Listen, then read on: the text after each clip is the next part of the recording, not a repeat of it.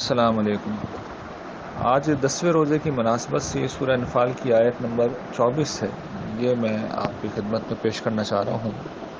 اللہ تعالیٰ اہل ایمان کو مخاطب کر کے ارشاد فرماتے ہیں، یا ایھا الذین آمنوا استجیبوا للہ وللرسول اذا دعاکم لما یحییکم واعلموا ان اللہ یحول بین المرء وقلبہ وانہ الیہ تحشرون۔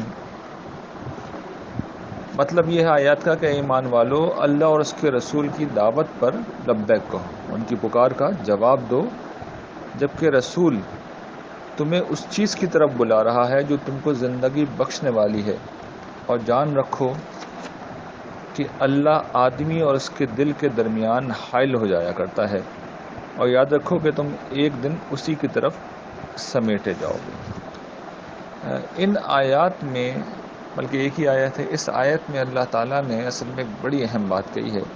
پہلی بات تو بالکل واضح ہے کہ اللہ اور اس کے رسول کی پکار کا جواب دو۔ یہ پکار کیا ہے؟ ظاہر ہے کہ اطاعت کا حکم ہے، جو وہ حکم دیں، اور ہم مسلمانوں کے سامنے جب بھی اللہ اس کے رسول کا کوئی حکم آیا، اور خاص طور پر ایمان و اخلاق کی دعوت جس پر نجات موقوف ہے، تو وہی گویا کہ اللہ اور اس کے رسول کی پکار ہے۔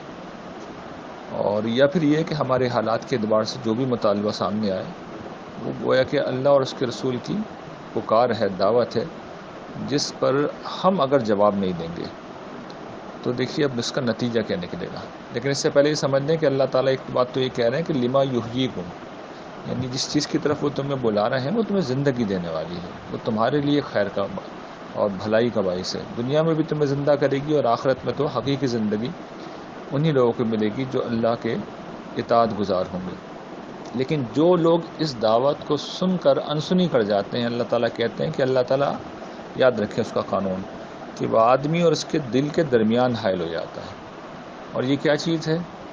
یہ وہی چیز ہے جس کو دیگر مقامات پر ختم قلوب کہا گیا ہے، یعنی دلوں پر مہر لگا دی جاتی ہے۔ یعنی جس وقت آپ کو اللہ کی طرف بلایا جائے اور اللہ کا داعی آپ کو بلائے، اور آپ سنی انسنی کر دیں، آپ بات کا جواب نہ دیں، آپ پکار کے جواب میں نہ اٹھیں، تو پھر ایک وقت آتا ہے، فوراً تو یہ کام نہیں ہوتا، جب مستقل کوئی شخص یہ وتیرہ اختیار کر لے، بار بار یہ کام کرے، تو پھر اللہ تعالیٰ آخرکار مہر لگا دیتے ہیں۔ تو توجہ یہ دلانی ہے کہ مہر اللہ تعالیٰ جو لگاتے ہیں صرف کفار پہ نہیں لگاتے۔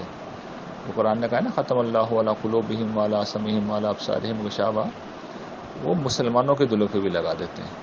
تو ہمیں اللہ کی پناہ مانگنی چاہیے اس بات سے کہ ہمارے دلوں پر مہر لگے، اور ہمیشہ اس بات کا خیال کرنا چاہیے کہ جب مطالبہ سامنے آ گیا، جب سچائی واضح ہو گئی، جب پکار واضح ہو گئی، تو پھر اٹھ جانا چاہیے۔